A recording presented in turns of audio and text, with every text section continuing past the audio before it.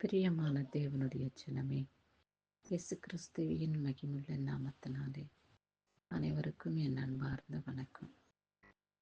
இந்த வேளையிலே கர்த்தருடைய வார்த்தையை நாம் அனைவருமாய் தியானித்து அவரோடு பேசக்கூடிய வார்த்தை என்னவென்று பார்ப்போம்.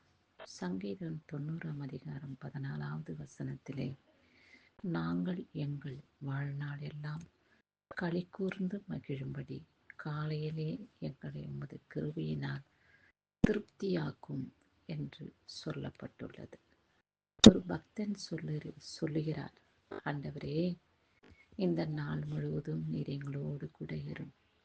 இந்த நாளிலே நாங்கள் சந்தோஷமாய் மனமகிழ்ச்சியாய் வாழ்ந்து வர காலையிலே எங்களை உமது கிருபையாலே திருப்தியாக்கும் ஆண்டவரே என்று சொல்லி கர்த்தரோடு பேசுகிறார்.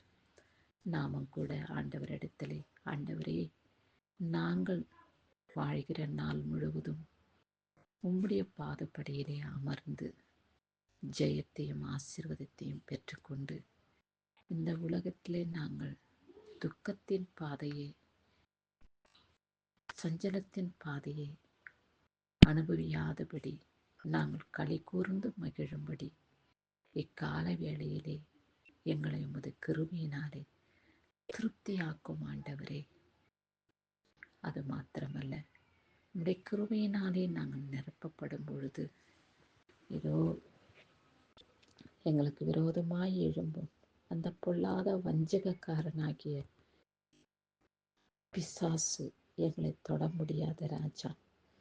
மனிதர்களை ஏவ விட்டு எங்கள் மீது பொல்லாப்பான காரியங்களை சொல்லி எங்களை துக்கப்படுத்தாதபடி, வேதனைப்படுத்தாதபடி இக்கால வேளையிலே நீர் எங்களை ஆசீர்வதியும்.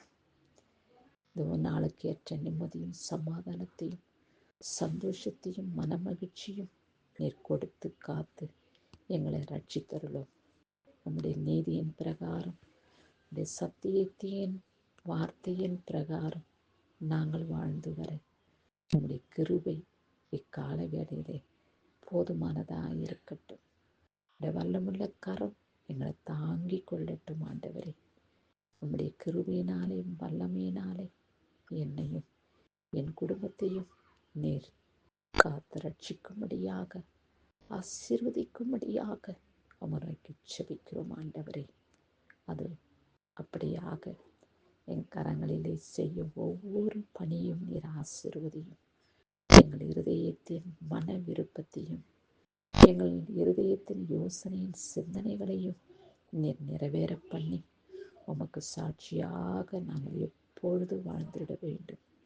உம்முடைய சத்தியத்தை விட்டு நாங்கள் இடறி வலதுபுறம் இடதுபுறம் சாயாதபடி உம்முடைய மகிமையிலே நிரப்பப்பட்டு உம்முடைய ராஜ்யத்துக்கு சித்தமுள்ளவர்களாக எப்பொழுதும் உம்முடைய சன்னிதானத்தில் பயபக்திக்குரிய உரியவர்களாக வாழ்ந்து வர உம்முடைய கிருபை எங்களுக்கு போதுமானதாக இருக்கட்டும் ஆண்டவரே என்று நாம் ஜெபிக்கும் பொழுது கர்த்தர் நிச்சயமாக இந்த விண்ணப்பத்தை கேட்டு இந்த விண்ணப்பத்துக்கு பதில் கொடுத்து ஆசீர்வதிக்கவே ஆசீர்வதித்து உங்களை காத்துக்கொள்வார்.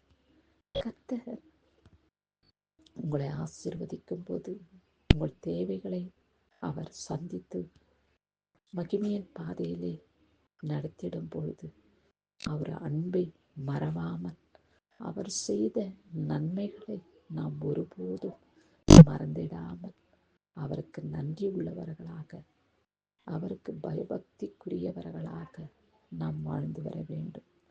இப்படி இருப்பதே கர்த்தருக்கு நாம் செலுத்தக்கூடிய காணிக்கையாக காணப்படும். இயேசப்பா, உமக்கு பிரியமானபடி, உமக்கு சித்தமானபடி உம்முடைய இருதயத்தை சந்தோஷப்படுத்தும்படியான செயல்பாடுகளை, வார்த்தைகளை நான் இந்நாளிலே நடந்து கொள்ள, பேச எங்கள் மனதோடு கூட நீங்க வாசம் பண்ணும்படியா நோக்கி வேண்டிக் கொள்கிறோம் ஆண்டவரே என்று அவரிடத்தில் விண்ணப்பம் செய்யுங்கள். உங்கள் தேவைகள் அனைத்தையும் அவர் பூர்த்தி செய்வார். உங்களை ஆசீர்வதிப்பார், உங்களை மகிமைப்படுத்துவார். அவருடைய இரத்த கோட்டைக்குள்ளே மூடி மறைத்து நீண்ட ஆயுள் நாட்களை கொடுத்து உங்களை பூமியிலே ஆசீர்வாதமாய் வாழ்ந்திருக்க உதவி செய்வார்.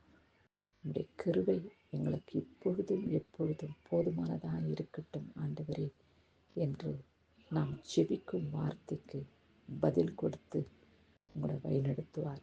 கிறிஸ்துவுக்கே மகிமை உண்டாகட்டும். ஆமென்.